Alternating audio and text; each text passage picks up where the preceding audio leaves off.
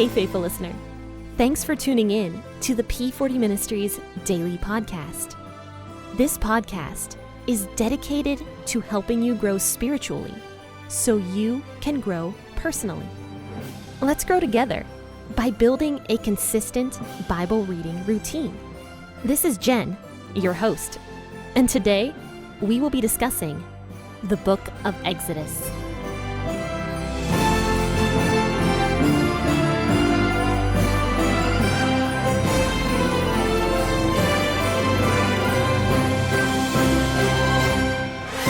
Hello and good morning, friends and faithful listeners. Thanks for tuning in to the P40 Ministries podcast with your host, Jenn.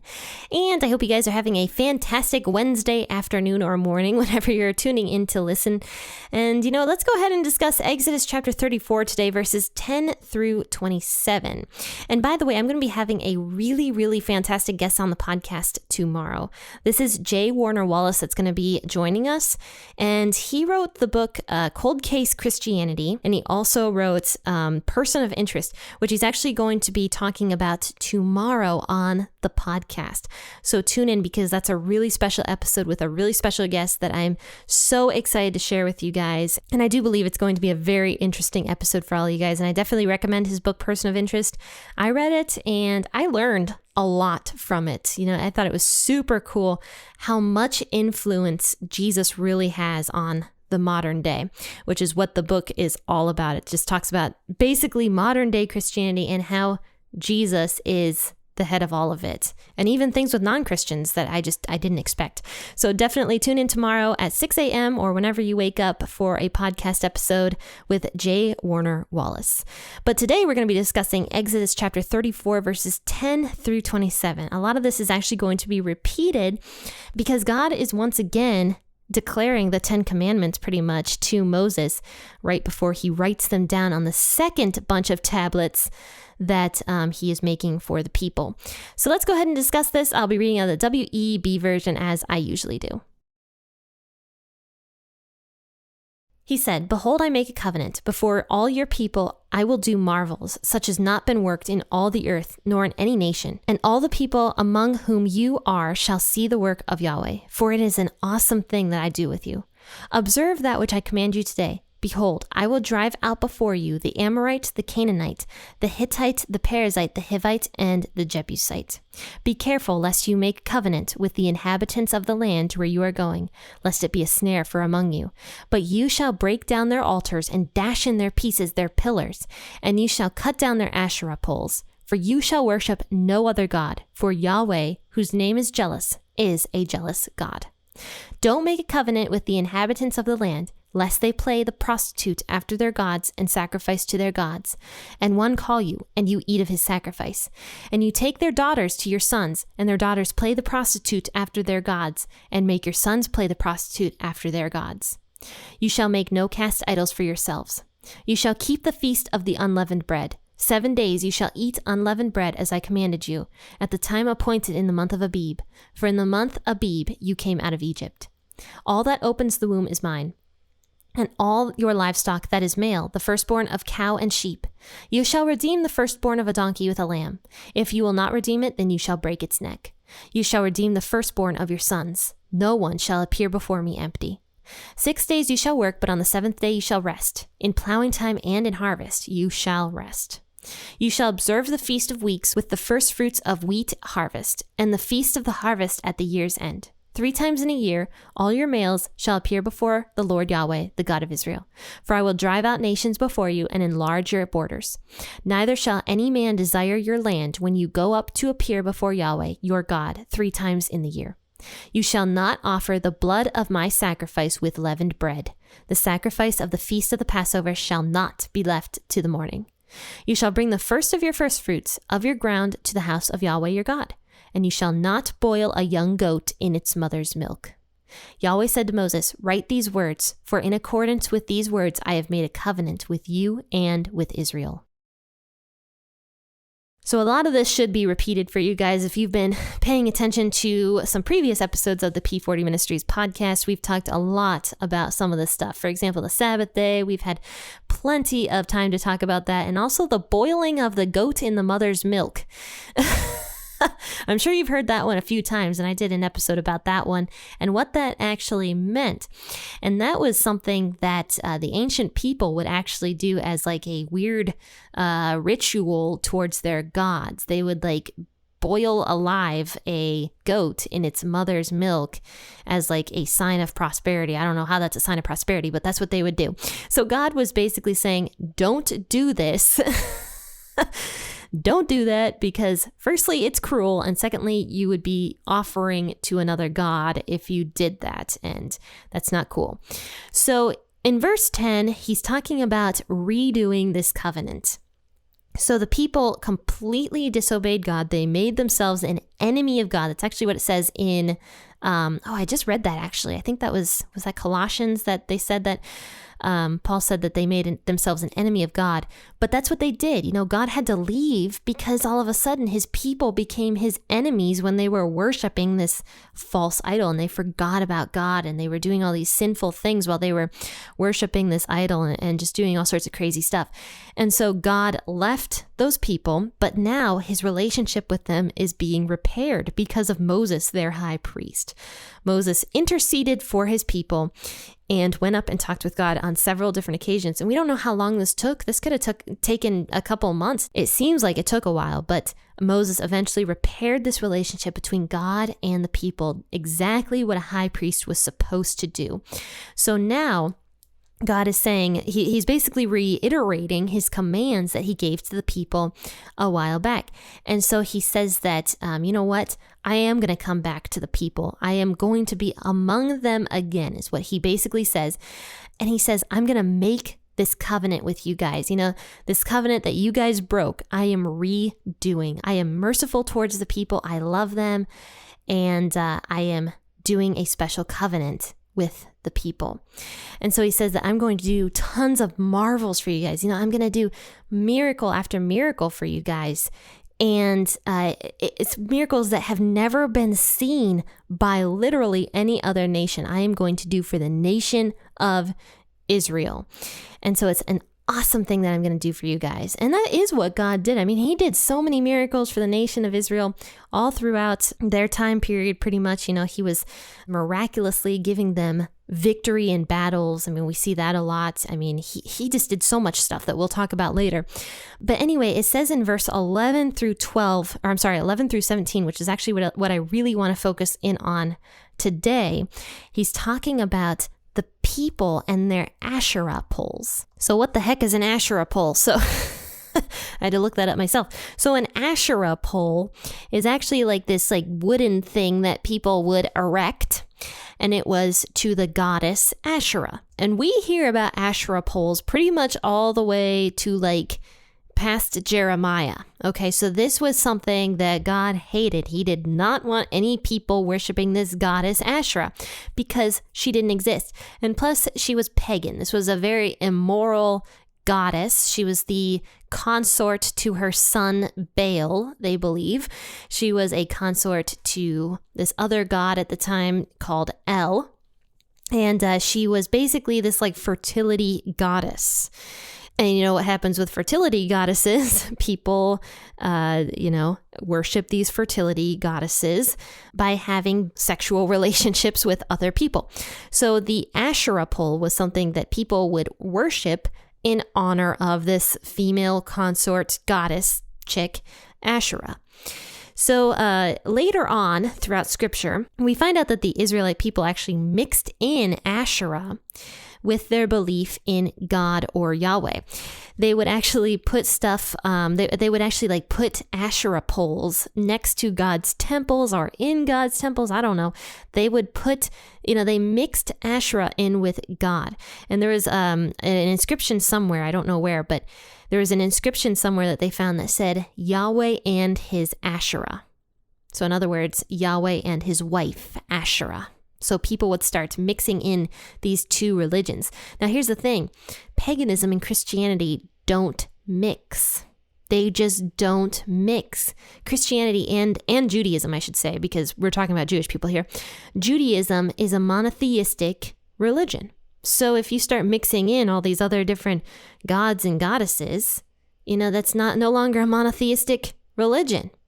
You're starting to worship all sorts of gods instead of worshiping the one true God, which is Yahweh.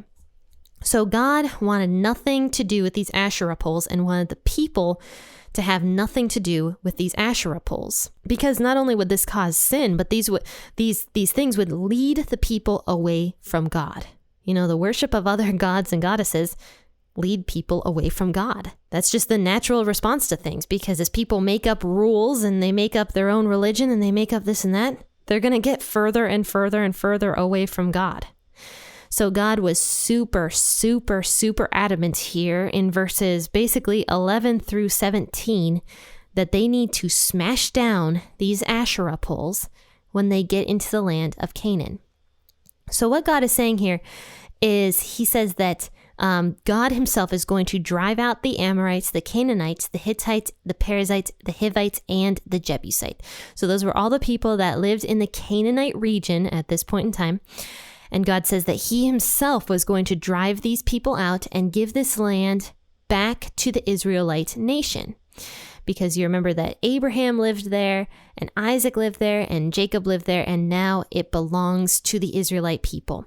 So God's going to drive these people out, but he says that the people that do get left behind in Israel, so the people that do stay behind, the Israelites should not make any kind of covenant or promise with these people, or like a peace treaty with them.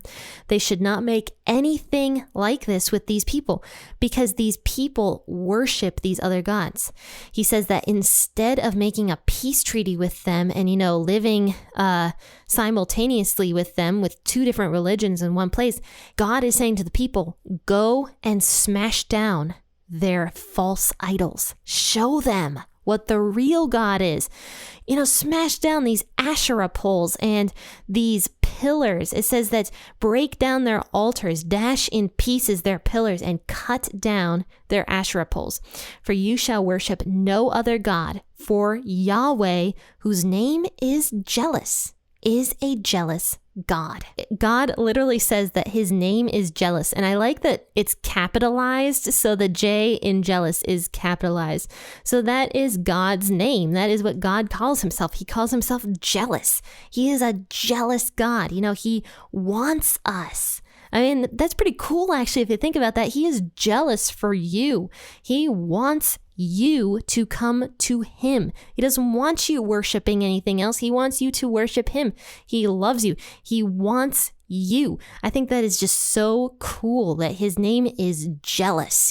How powerful is that if you really think about that? But I could go off on jealousy for a while. We talk about jealousy almost as being a bad thing sometimes, but a lot of the time, jealousy is a really good thing, because here's the thing. I don't want any other girl coming after my man. If this girl is putting her hands all over my husband, I'd go up to her and I'd be like, look, get your hands off my husband. I would hope my husband would say it first, but if he didn't, for some reason, I would go up and I would say it to her. And, but anyway, that kind of jealousy is a good thing, because guess what? That's my husband. You ain't touching him. And God is saying the same thing about us. He's saying, look, you're mine. I don't want anything else taking your attention away from me. And God often considers himself to be the husband and puts himself in that kind of like husband-wife relationship with us in a way.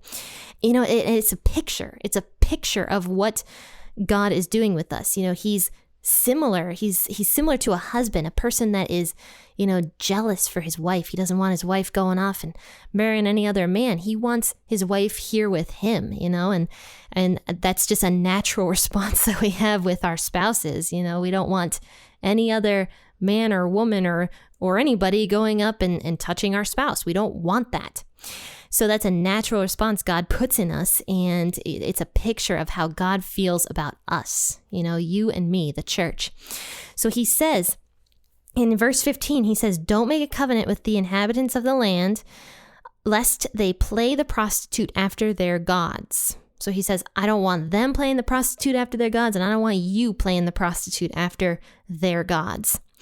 I am the only person you should be worshiping. And he uses this word prostitute because think about how tough that would be if your wife or your husband turned to prostitution.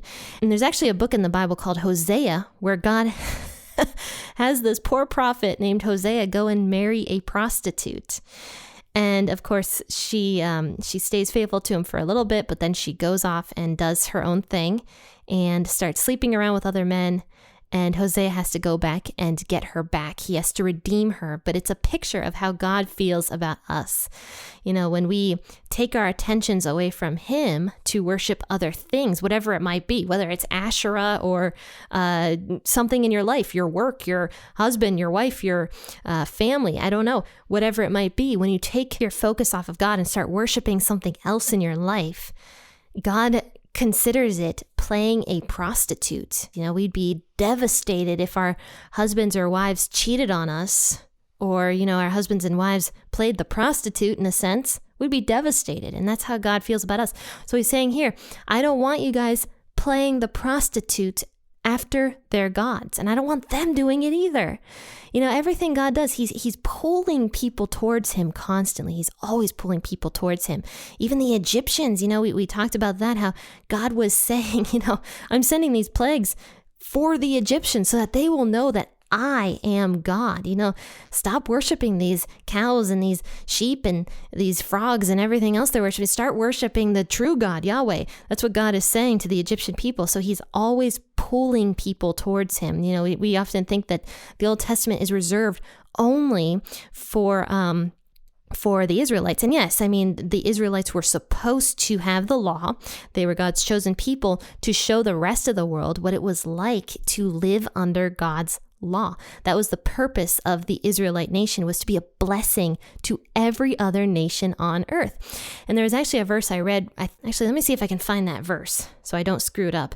Hang on a second here. I was just reading it. Okay, so it starts in Colossians 1, verse 15, and it talks about how Jesus was around from the creation of the world, and he existed before anything else. He holds all creation together. It also talks about how he's the head of the church, and basically what his purpose was for coming to earth. And so then it says here in verse 22, it says, "Yet now he has reconciled you to himself through the death of Christ in his physical body. As a result, he has brought you into his own presence. You are holy and blameless as you stand before him without a single fault." And then it says, if you go down a little bit further, it says that God has given me the responsibility of serving his church, and this is Paul talking, by proclaiming his entire message to you. This message was kept secret for centuries and generations past, but now it has been revealed to God's people. For God wanted them to know that the riches and the glory of Christ are for you Gentiles too. And this is the secret. Christ lives in you. This gives you assurance of sharing in his glory. So that's Paul talking there in Colossians 1 about, you know, Christ's purpose for coming to earth and how the truth has now been revealed, and it is for you and me nowadays.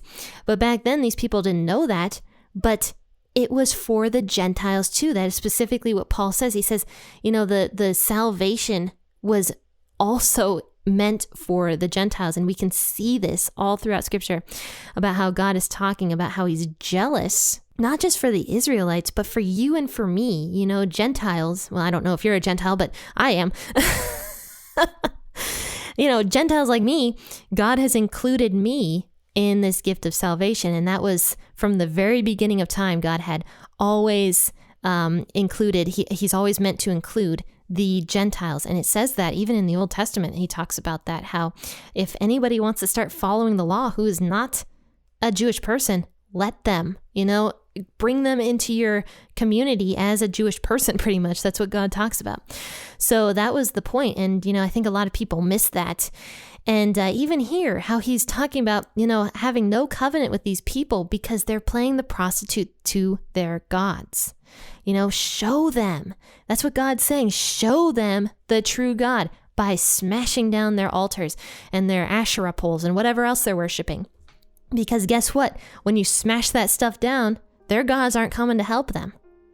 Their gods are not coming to help them. And even if they attack you for it, God says specifically here, I'm going to be there with you and I'm going to drive them out, you know?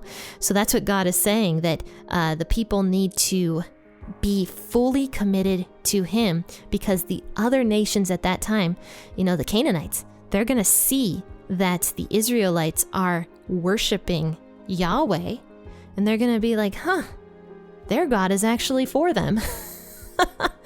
But God goes on to describe a whole bunch of other rules that were kind of reiterated. So I'm not going to talk about all those today just because we're going to definitely talk about them more in the future, and I've talked about them in the past as well. But in verse 27, it says that God says to Moses, "Write down all these words, for in accordance to these words, I have made a covenant with you and with Israel." So their relationship, God and Israel's relationship, is fully restored. After only 2 chapters in the Bible, Exodus 32, they did that great sin. Exodus 33, God left the people, God's presence left the people. And in Exodus 34, he's already back with the people. That is just the lovingness of God. And I hope you guys enjoyed this episode today and you learned something from it. But one thing I want to challenge you guys with today is, what are you worshiping? Are you worshiping God, or is there a different idol in your life? Because God places huge importance on us and what we are worshiping. We can't be worshiping other gods. We have to worship Yahweh. We have to worship the real God. And I do believe that, that's something we need to think about going on, especially into not especially, but going into the Christmas season. What are we worshiping? Are we worshiping our families? Are we worshiping our jobs? That's one, I believe that's one of my top idols, is my job. I love my job so much. I've talked about that in the past. I don't know what I would do if God took this job away from me. But that's the thing. I need to constantly remember that, God is supreme over my job. And if he takes it away, that's his prerogative, and he's got something better planned for me, or possibly for someone else through me. I don't know. But that's the thing, we have to keep our eyes focused on God. So let's think about that through the Christmas season and beyond. But I hope you guys enjoyed this episode, and I hope you share it on your social media platforms. And I'm going to drop a link to the YouTube channel, the P40 Ministries YouTube channel, in the show notes of this podcast episode, so you can navigate over there and subscribe to the YouTube channel. Friends and faithful listeners, happy listening, and God bless.